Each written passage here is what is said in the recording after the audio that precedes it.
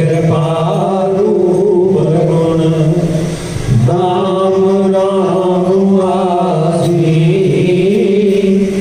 धन्य नरे ध्यान दे रहत संदाल दीन सिया पति राम जय जय राम मेरे प्रभु राम जय जय राम करो कल्याण राज्य। परम आदरणीय समुपस्थित मानस प्रेमियों चरणारियों, लंका कांड के अंतर्गत हम भगवान के ध्यान का स्मरण गोस्वामी पाद जो हमको सुबेल पर्वत पर लेकर आए हैं कि यहाँ सुबेल शैल रघुवीरा उतरे सेन सहित अति धीरा। और फिर वहां भी उन्होंने देखा एक उतंग शिखर है, बड़ा सुंदर है, समतल है, रम्य है और शुभ्र है, सफेद स्वच्छ चांदनी की तरह, जिसके ऊपर लखनलाल जी ने नरम नरम कोमल कोमल घास का बिछौना लगाया, उसके ऊपर फिर फूलों की शैया बनाई और उसके ऊपर फिर मृगशाला तापर रुचिर मृदुल मृदुल मृगशाला। रुचिर और मृदुल मृगशाला। और ये मृगशाला क्या है, कौन सी है, ये कल आपको वर्णन कर दिया। जिस मृगशाला के ऊपर राघवेंद्र सरकार विराजमान हो गए, ते ही आसन आसीन कृपाला। क्योंकि सरकार तो कृपालु हैं और किस किस के ऊपर क्या क्या कृपा कैसे कैसे कर रहे हैं उसका बड़ा सुंदर वर्णन किया है कि राघवेंद्र सरकार जब उस मृगशाला पर लेटे हैं तो लेटे हुए में उनका सिर कहाँ है, हाथ कहाँ है, पैर कहाँ है, कौन कौन उनकी सेवा में है, किस किस दिशा में है, किस किस अवस्था में है, ये सारी ध्यान करने की वस्तु है। आप ध्यान ये करिए कि हम ठाकुर जी को अपने ध्यान में देख रहे हैं। सुबेल पर्वत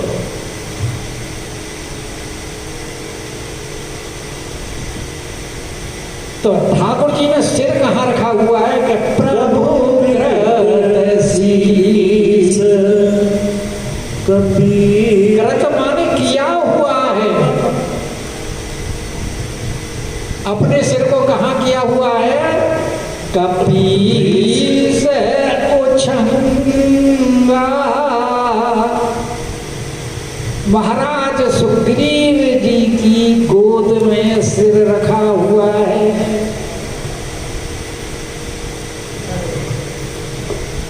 यहां चारों का वर्णन है, सुग्रीव का, विभीषण का, हनुमान, अंगद का, हनुमान। तो चारों में सबसे प्रमुख पहले जो वर्णन किया है वो सुग्रीव का किया है। क्यों? मित्र कि प्रथम भेंट सुग्रीव से ही हुई है।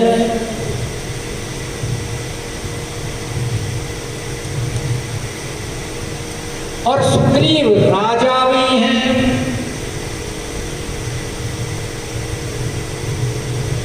तो उनको सबसे पहले कृपा किसके ऊपर हुई?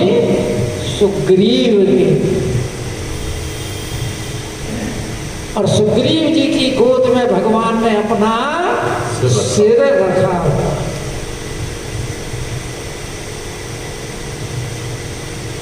यानी दायित्व सुग्रीव को दिया है उसकी रक्षा का, क्योंकि तुम राजा हो, सेना लेकर के आए हो साथ।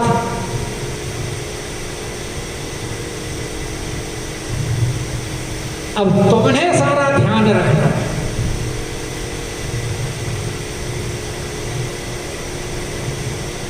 और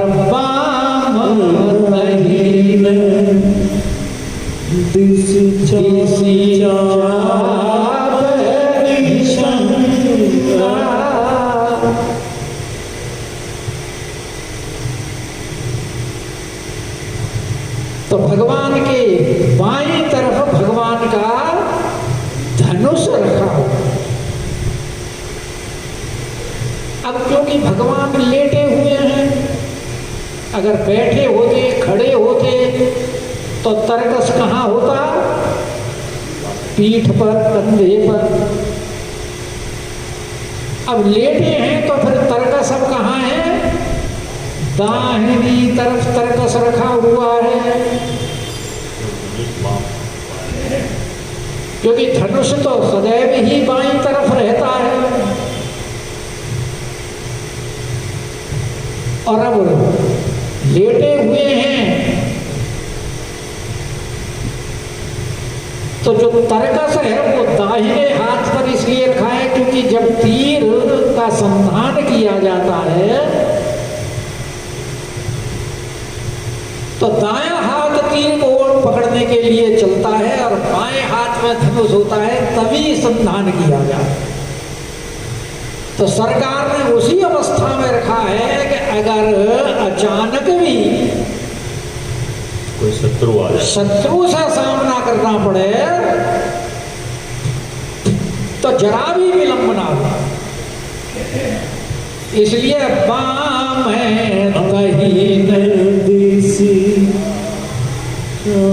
किसी चाप है निशंगा। अच्छा, जब बाईं तरफ धनुष है, दाईं तरफ निशंग है, तो हाथ क्या कर रहे हैं?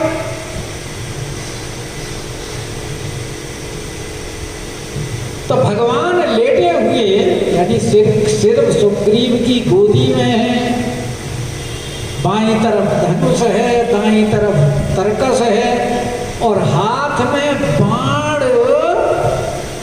सुधार रहे हैं कि तू कर कमल सुधार। बाणों को सुधार रहे हैं, देख रहे हैं कि इनकी धार तो ठीक है, चोंच तो उड़ी हुई नहीं है, कहीं से सीधी है।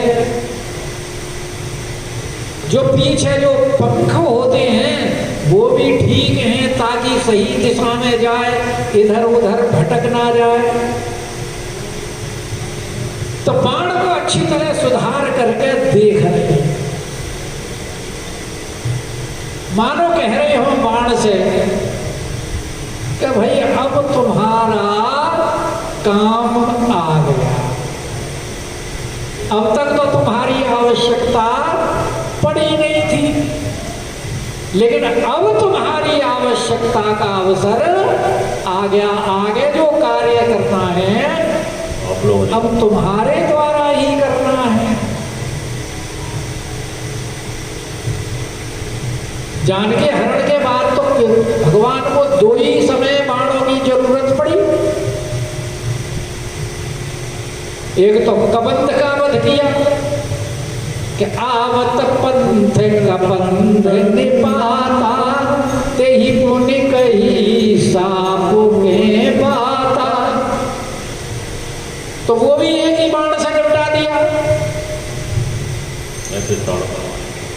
और ऐसे ही बाली को एक ही बाण से निपटा दिया, दूसरे की तो आवश्यकता ही नहीं हुई। तो इसलिए कह रहे हैं भगवान मानव बाणों से कि भाई अब तुम्हारी आवश्यकता है, तैयार हो जाओ। इसलिए तुम कर कमल सुधारत माना। अरे सुग्रीव की गोद में तो सिर है, तो विभीषण जी क्या कर रहे हैं? क्योंकि सुग्रीव के बाद दूसरे जो मित्र बने हैं वो विभीषण जी बने हैं।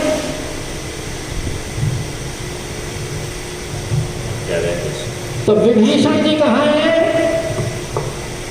कान के पास बैठे मंत्र ना कर रहे हैं। कह लंकेश मंत्र, विभीषण जी को लंकेश तो बना दिया है, लेकिन अभी राज्य मिला नहीं। राज्य सुग्रीव को ही अभी मिला है। तो विभीषण जी मंत्री हैं और युद्ध के बारे में जो समाचार हैं, आगे कैसे योजना बनानी है, कैसे क्रियान्वित करना है, ये सारे मंत्र भगवान के कान के पास बैठे हुए समीप में कह रहे हैं। कह लंकेश, कह रहे हैं, कहा मंत्र लगी कान, मंत्र कान के पास, क्योंकि मंत्र हमेशा गुप्त ही रहना चाहिए।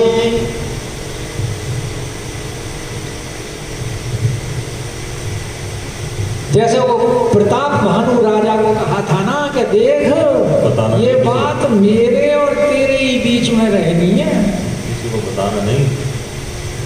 कपट मुनि ने जो कहा था, अगर छठे कान में पड़ गई तो फिर मुझे दोष मत देना। और मंत्र जब तक गुप्त रहता है तब तक ही प्रभावशाली होता है। प्रकट होने के बाद में तो सबको पता लग जाता है, फिर उसकी विशेषता क्या रही।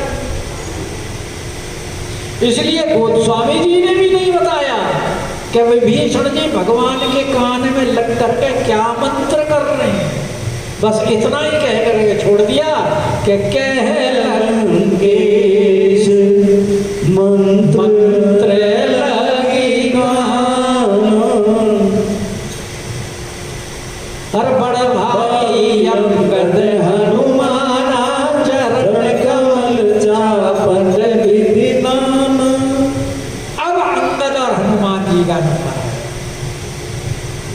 तो विभीषण जी के बाद में अंगद जी का नाम लिया गया है, हनुमान जी का अंगद जी का इसलिए क्योंकि सुग्रीव के बाद में जो राजा बनेंगे युवराज, वो अंगद बनेंगे, अभी युवराज हैं। इसीलिए दोनों राजाओं के बाद में नंबर आया युवराज का। और हनुमान जी तो सेवक है। सुन सुत तो पूर्ण में नाही, देखो कर विचार मन माही। तुम मम प्रिय लक्ष्मण ते तो ना। उसके बाद हनुमान जी का तो कह रहे हैं कि बड़ भागी तो इसलिए है कि उनको भगवान के चरणों की सेवा मिली हुई है। हालांकि भगवान के सब अंगों की कोई भी अंग की सेवा मिल जाए वो भी बड़े भाग्य की बात है, लेकिन फिर भी सारे अंगों में चरण विशेष है और सेवकों को तो चरण ही चाहिए। अब आप लक्ष्मी जी को भी देखो कहाँ बैठी है, चरण चाप रही है। हालांकि ये लक्ष्मी जी भगवान की अर्धांगिनी है, लेकिन और स्वर्ण रेखा रूप में उनके हृदय में अवस्थान भी करती हैं। भगवान के वक्षस्थल पर एक स्वर्ण रेखा का चिन्ह होता है और एक भृगु चरण का चिन्ह होता है। तो वो तो ब्राह्मण के विप्र के चरण का चिन्ह है, तो भगवान अपने हृदय में धारण करते हैं। लक्ष्मी जी उनकी अर्धांगिनी है, वो हृदय पर रहती है, लेकिन सेवा के लिए वो हमेशा भगवान के चरणों में रहती है। चरणों में ही रहती है। क्योंकि भगवान की सेवा के अलग अलग भाव, मधुर भाव से सेवा होती है, वात्सल्य भाव से सेवा होती है, सख्य भाव से सेवा होती है, शांत भाव से सेवा होती है, दास्य भाव से सेवा होती है। तो अपने अपने भाव से सब सेवा करते हैं। इसका मतलब ये नहीं है कि बाकी सब न्यून है। भगवान की तो कोई सी भी भाव से सेवा की जाए। भाई दिवाली के अंदर वो खिलौने लेकर आते हैं, खील बतासे खिलौने मिठाई के लाते हैं ना चीनी के, और चीनी का हाथी अगर लो तो हाथी की चाहे पूंछ की तरफ से खाओ, चाहे मुंह की तरफ से खाओ, स्तूप की तरफ से चाहे पैर की तरफ से खाओ, वो तो मीठा ही होगा। मीठा ही होगा। ऐसे ही भगवान की तो कोई भी सेवा मिले, लेकिन फिर भी दास्य भाव की सेवा में जो विशेषता है वो आनंद और, क्योंकि मधुर भाव की जो सेवा है उस सेवा का सुख वात्सल्य भाव की सेवा में वात्सल्य का भी मिलता है और मधुर का भी मिलता है। सख्य भाव की सेवा में मधुर भाव का भी मिलता है और वात्सल्य का भी मिलता है। ऐसे ही दास भाव की सेवा में मधुर भाव का सुख भी है, वात्सल्य का भी है, सख्य का भी है। और दासों के दास की सेवा तो सबका सुख उसमें मिलता है। जैसे आकाश का गुण वायु में अपना भी है और आकाश का भी है, अग्नि में आकाश का गुण भी है, वायु का गुण भी है, अग्नि का गुण भी है, जल में आकाश का गुण भी है, वायु का गुण भी है, अग्नि का गुण भी है और जल का गुण भी है। और पृथ्वी में पांचों गुण मौजूद है। तो इसीलिए यहाँ इनको कहा है कि बड़े भागी अंगद के चरण कमल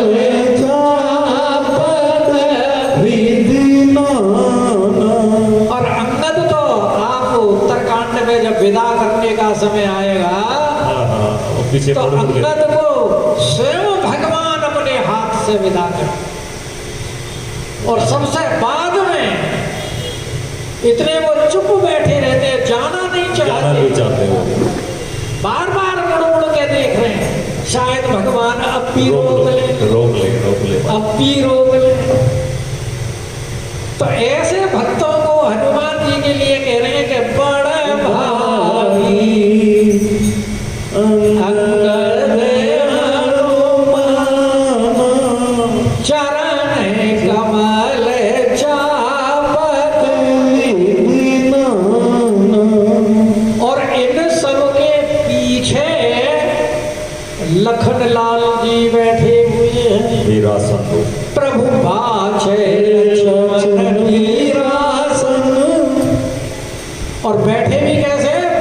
विरासत पर। एक पैर खड़ा हुआ, एक पैर उसके ऊपर खड़ा हुआ विरासत से अपनी से। और धनुष बांधता ना हो, सावधान होकर के। और कटी संग गरबान सरास, और हाथ में धनुष बाण लिए बैठे हैं, रेडी है बिल्कुल। कहीं भी कोई अगर विपरीत परिस्थिति दिखाई दी, फौरन एक्शन, तुरंत तैयार एक्शन। लखनलाल जी हमें जब वहां गए, चित्रकूट में गए, तो वहां राम सैया के ऊपर गए थे, देखा था ना, तो बताया था कि यहाँ राम और सीता जी सैया पर विश्राम करने पहाड़ की ऊपर ऊंचाई पर, और वो सामने वहां लखनलाल जी वीरासन से बैठे रहते थे। चित्रकूट की परिक्रमा में भी ऊपर पहाड़ी के ऊपर लखनलाल जी की वो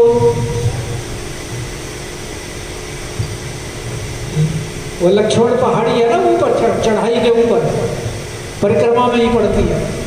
तो वो हमेशा भगवान की सुरक्षा के लिए सावधान रहते हैं। कामतगिरी पर्वत पर।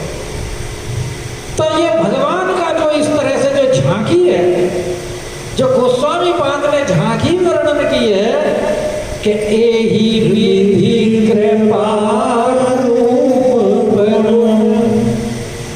धाम राम वासी। भगवान कौन है? कृपा के, रूप के, गुण के धाम। और जो इस प्रकार से जो भगवान वहां विराजमान है, राम आसीन, और उस झांकी का जो लोग अपने हृदय में ध्यान करते हैं कि धन्य तेरा एहि ध्यान रहत सदा लीन। जो भी भक्त भगवान की उस झांकी को अपने हृदय में बसा लेता है, वो धन्य है।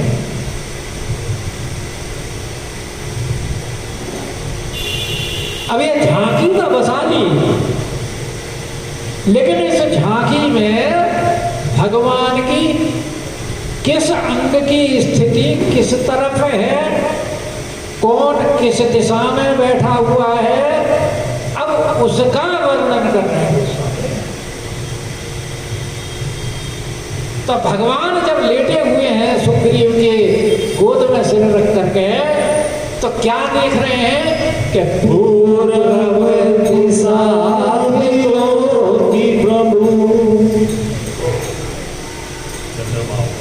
भगवान देख रहे हैं, पूर्व सामने दिखाई दे रही है पूर्व दिशा।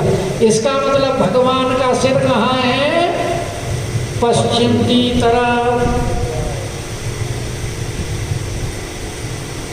क्योंकि पूर्णिमा का चांद्र पूर्व की दिशा में दिखाई देता है, इसलिए पूर्व की दिशा की तरफ भगवान का मुंह है। क्योंकि सामने देख रहे हैं तो सिर कहाँ हुआ? पश्चिम में। तो इसका मतलब सुग्रीव जी कहाँ बैठे हैं? पश्चिम दिशा में बैठे हुए हैं, तभी तो उनकी गोद में सिर है। तो झांकी को अच्छी तरह जरा उतारिए, तभी तो झांकी आएगी ध्यान में कि पूर्व दिशा की प्रभु और देखा उदित मया। सामने देख रहे हैं कि चंद्रमा उदय हो रहा। कहते समय देखा ससी। भगवान कह रहे हैं सबसे, अरे भाई चंद्रमा की तरफ देखो। चंद्रमा कैसा दिखाई दे रहा है? जैसे मृगपति सविस असम। जैसे मृगपति यानी शेर निडर होकर के भ्रमण करता है, विचरण करता है, ऐसे ही चंद्रमा बिल्कुल असंख्य यानी निडर होकर के और आकाश में दिखाई दे रहा, मृगराज की तरह, शेर की तरह। असंख्य क्यों कह रहे हैं चंद्रमा को भगवान? भगवान कह रहे हैं कि देखो, मैं जो जानकी जी के विरह से जो व्याकुल हो रहा हूं, तो ये मेरी विरह व्यथा को और उद्दीप्त कर रहा है। वरना तो इसको शीतलता प्रदान करनी चाहिए थी, लेकिन बजाय शीतलता प्रदान करने के ये अग्नि वर्षण कर रहा है, इसलिए असंख्य होकर के यहाँ आकाश में भ्रमण कर रहा है।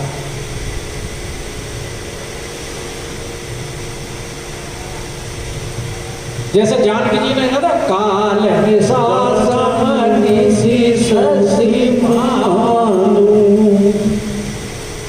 भगवान के विरह में रात्रि उनको कैसी दिखाई देती थी? काल निशा सम, निशी, निशी माने रात्रि। और शशि चंद्रमा कैसा दिखाई दे रहा है? भानु, सूर्य की तरह, सूर्य की तरह।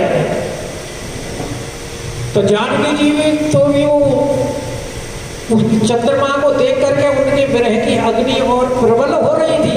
ऐसे ही यहाँ भगवान कह रहे हैं कि देखो, ये मेरी विरहाग्नि को और उद्दीप्त कर रहा है। कि कहते सबई देखौ शशि मृगपति सरिस असन।